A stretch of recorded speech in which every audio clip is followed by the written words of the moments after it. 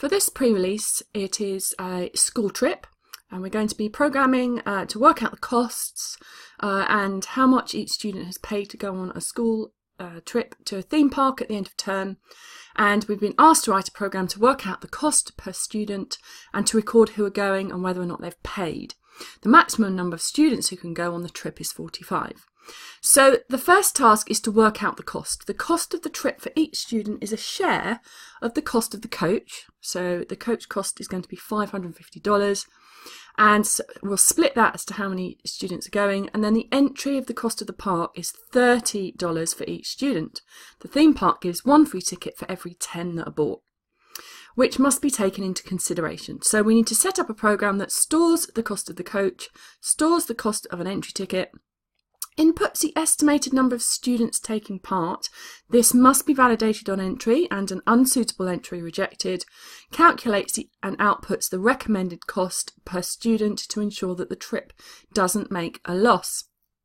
Later on, we need to record the students who are going or whether or not they've paid, and print out to show who's paid and who hasn't paid, and then finally work out the final costs to say who's paid, who is definitely going, remembering that in task 1 we estimated who were going, so that's quite important for this task, and then output whether or not the trip has made a profit or loss or broken even for the final balance.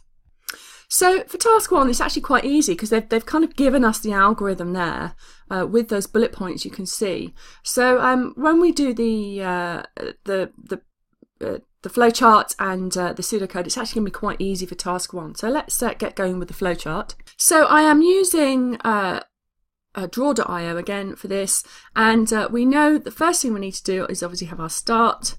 So let's get our start there. And what are we going to do? We're going to input. It said we're inputting, we're storing the cost of the coach. We're storing the cost of an entry ticket. So let's do that first. That's the process for each of those. So ticket price,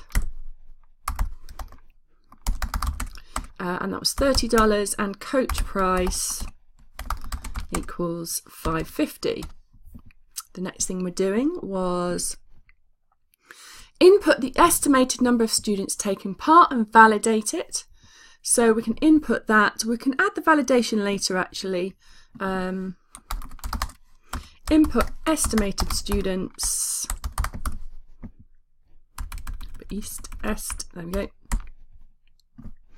So we're inputting that, and then we are calculating and outputting the recommended cost per student to ensure that it doesn't make a loss. So then we're going to output, actually what I'll add first is I'll just put here calculate costs, and then we output that.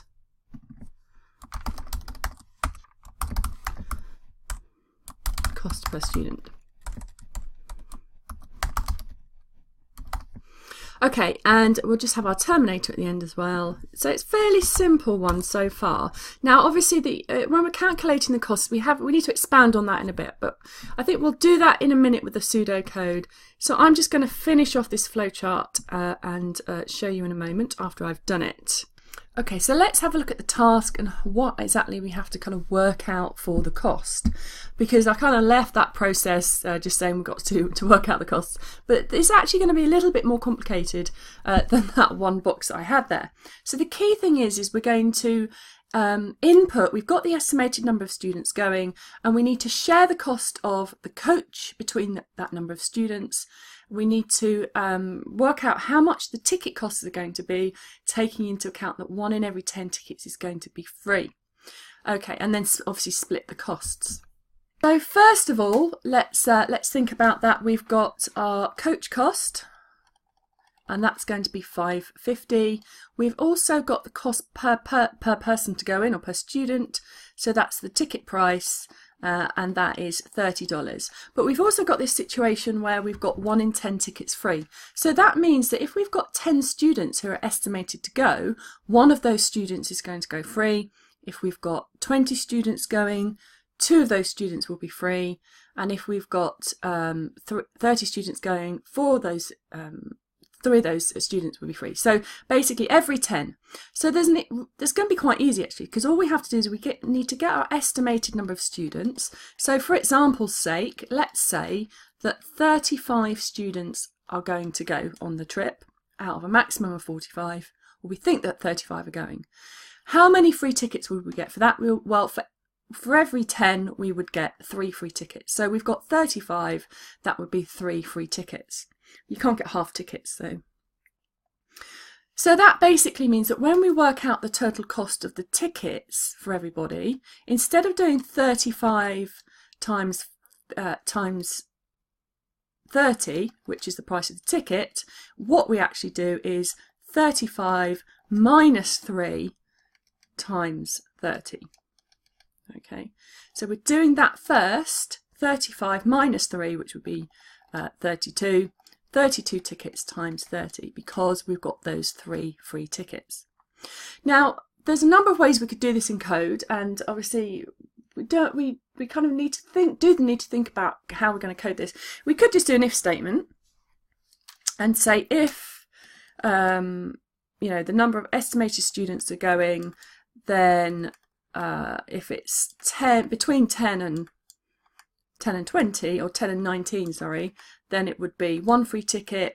If it's between 20 and 29, then it would be 2 free tickets, etc. And that's a perfectly valid way to do it. And obviously we can do between 30 to 39 to get 3 free tickets. We're never going to get more than 4 free tickets, because obviously it's a maximum of 45 that could go. But there's a really easy way that we could do this, and you can divide by, or do what's called integer division, and that's what we'll do. But I'll discuss the other methods of doing this. There's a couple of ways we can do this in Python code.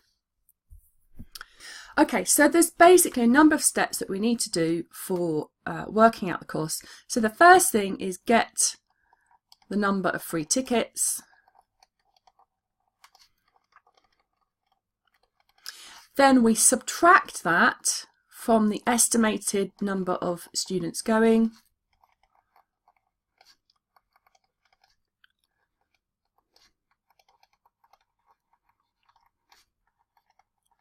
And that will leave us with the number of tickets we need to buy. So we do the number of tickets required from number 2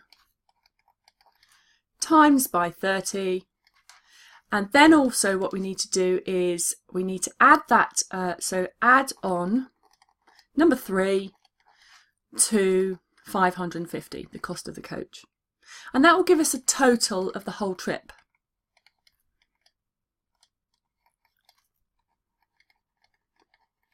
And that total of the whole trip, we then divide that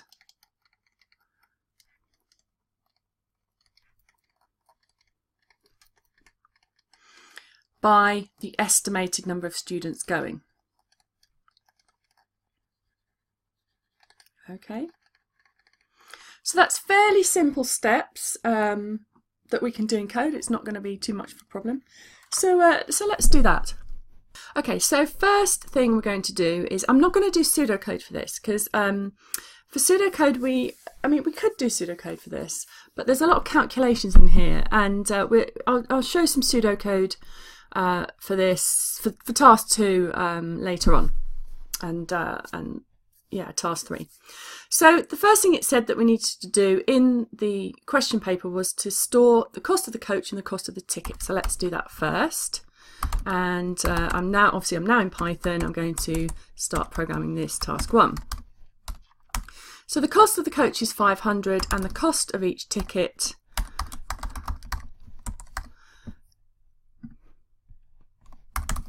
I'll put coach cost equals 500, cost of ticket is 30. Now, if this was another language from Python, these would be constant values. So I'm just going to label that and say constant values. And remember that Python doesn't have constants. Constants are something that other languages have. They are just like variables. They store values, but once the program is running, you cannot change the values of them. You can only change the code. So now we're going to get the user to enter the number of estimated students going. So in real life, if this was going to happen, you'd ask all the parents or the students, do you want to go? If so, we think the cost is going to be this much. So we can estimate, but before we can sort of give them a ballpark figure, we can estimate the cost. So if we estimate the cost, it might not be the final cost. So we need to get them to enter it. So I'm going to create a variable called students, estimated students, and that is going to be an integer because you can't have half a student going. And just give them a prompt.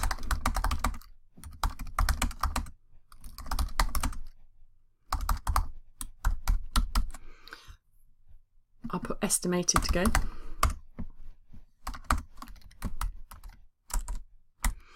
And then we need to validate it. It said we need to validate that. So what would we, well, the validation rule said that there's a maximum of 45. So we know that's going to be a maximum of 45. So we could create a maximum variable for that actually.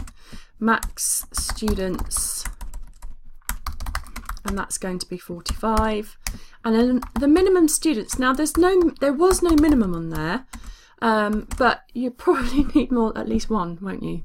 So I'm going to say the minimum is 1. Okay. So we can check and validate that on entry. So we can say if the estimated students is less than or equal to the minimum students, or less than minimum students,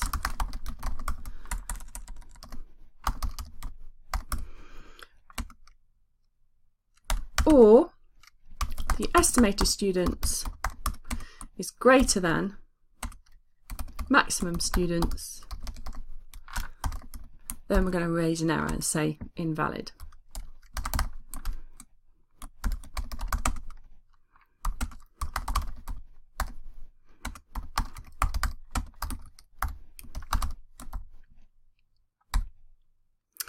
Okay.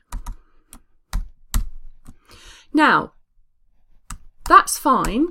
If they enter something that's incorrect, it's then going to try and run the rest of the program once we've written it. So what we can do is we can put this around a while loop.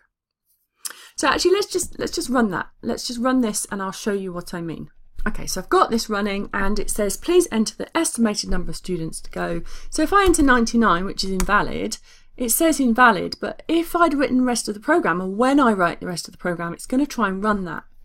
So there is a way, a nice little neat way that we can kind of make sure that the user keeps entering something that, or they're forced to enter something that is correct. And what we're going to do is we're going to use a little while loop. So we're going to add a while loop around all of this, but we need a Boolean value, and I'm going to call it isValid, and I'm going to set that to be false to start with. And that's going to be our while loop controller. Remember, every loop needs some kind of controller, and the while loop is going to have this Boolean value as the controller. And then I'm going to say while isValid equals false, double equals, remember. Then we're going to run this code, which means I need to indent this code. And I have indented it there. If there's an error, they've entered something incorrectly, then we're going to print something out and it will loop around and make them fill it out again. However, we can add an else on here to say if they have entered it correctly, then we can set our isValid equal to true and our while loop will terminate. Okay, so actually what I'm going to do is prove that to you. So if I just do a print test, this will run after correct value entered. So this is outside my while loop. If I run this now, I'm going to enter an incorrect number, 99. Please enter a valid number. So if I enter like -7, error, it's invalid. 67, it's invalid. But if I enter one that's correct, like 30, this is valid. And it's now run that piece of code, it's exited that while loop, and it said test, this will run after the correct value entered. Okay, so that's a really neat way to force a user to keep entering something until they've entered it correctly. Okay, so now let's get to working out this, the costs of the trip. So we've got our valid data. Now what we can do is, I'm just going to get rid of that debug print line because we don't need that anymore. So we needed to work out the number of free tickets first of all. So we can basically divide by 10. Now I said that there was a number of ways to do this. You could use an if statement like I said and just don't do this bit by the way. We could just say if the estimated number of students is between, basically sort of between 10 and 19, then we'd get 1 free ticket, etc. But that's a little bit of a tedious way. There's a really couple of neat ways we can do this, and basically we can do what's called integer division. So it's where you get a whole number and it will round the number down. So let me show you what I mean. We can do free tickets, so this is going to store the number of free tickets, and it's the estimated number of students that the person has just entered, and a double / 10, because for every 10 people we get a free ticket. So if I print this out, and if I say, for example, free tickets like this, let's test this and I'll show you that it works correctly. So if I enter in, there's going to be 10 students going, then the free tickets are 1. Let's run that again. If there is, you can't quite see that, let me just move my screen. There we go. If there is 20 students going, we'll get 2 free tickets, etc. So it works really neatly. If we divide by 10 / it's integer division. If I run that again and I run it so that there's 25 students, it will still give us 2 free tickets. There we go. Good. So that's given us our free tickets. So now all we need to do is do the rest of the calculations. So we need to first of all calculate the cost of the number of tickets, or the cost of the tickets we're going, including the free tickets. So we need to get that worked out first. So it'll be the total cost of tickets. And that is going to be, so each time just create a new variable. So that is going to be the number of estimated students minus the free tickets, and then that was times by 30. Okay, and obviously that's, or rather it won't be times by 30, it'll be the cost of the ticket up here because we've got that as a was effectively a constant value. So that's fine. What else do we need to do? We need to then divide or add that total cost of tickets to the cost of the coach. So the total cost of the trip is going to be the total cost of the tickets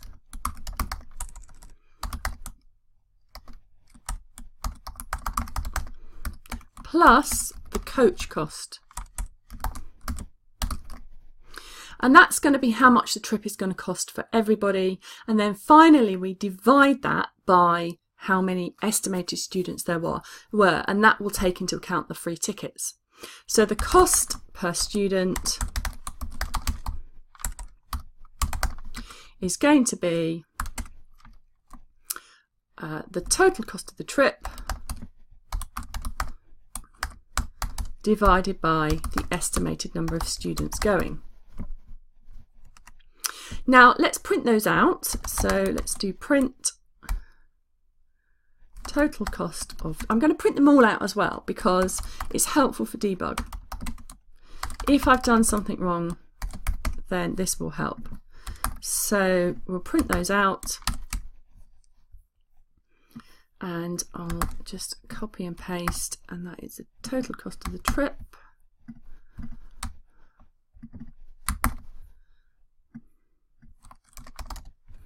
and then the cost per student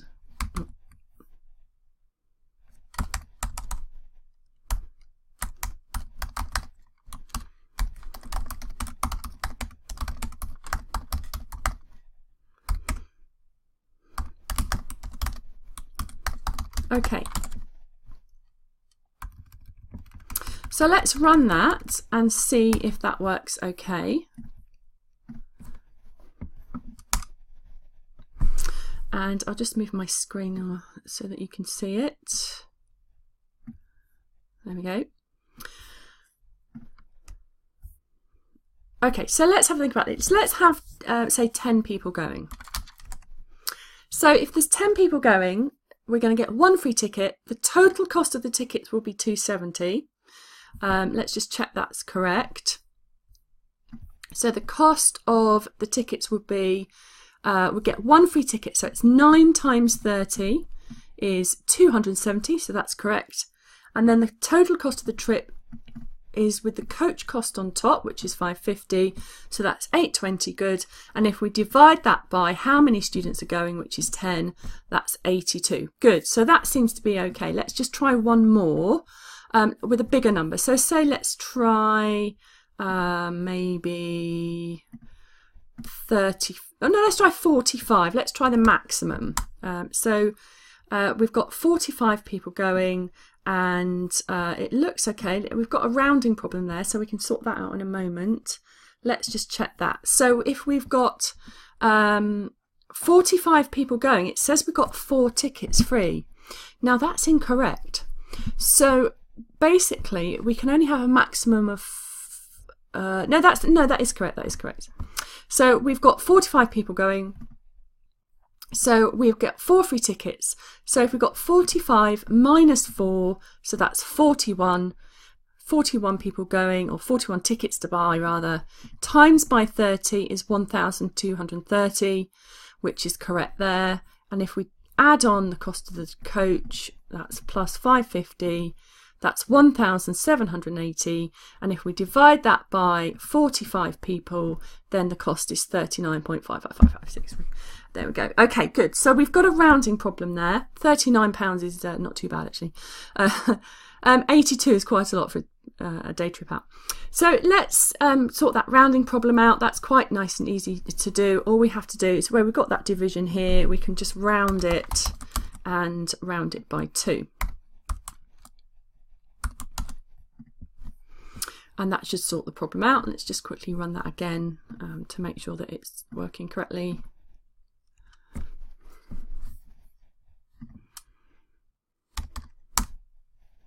Good. So that's task 1 all done. We'll now move on to task 2.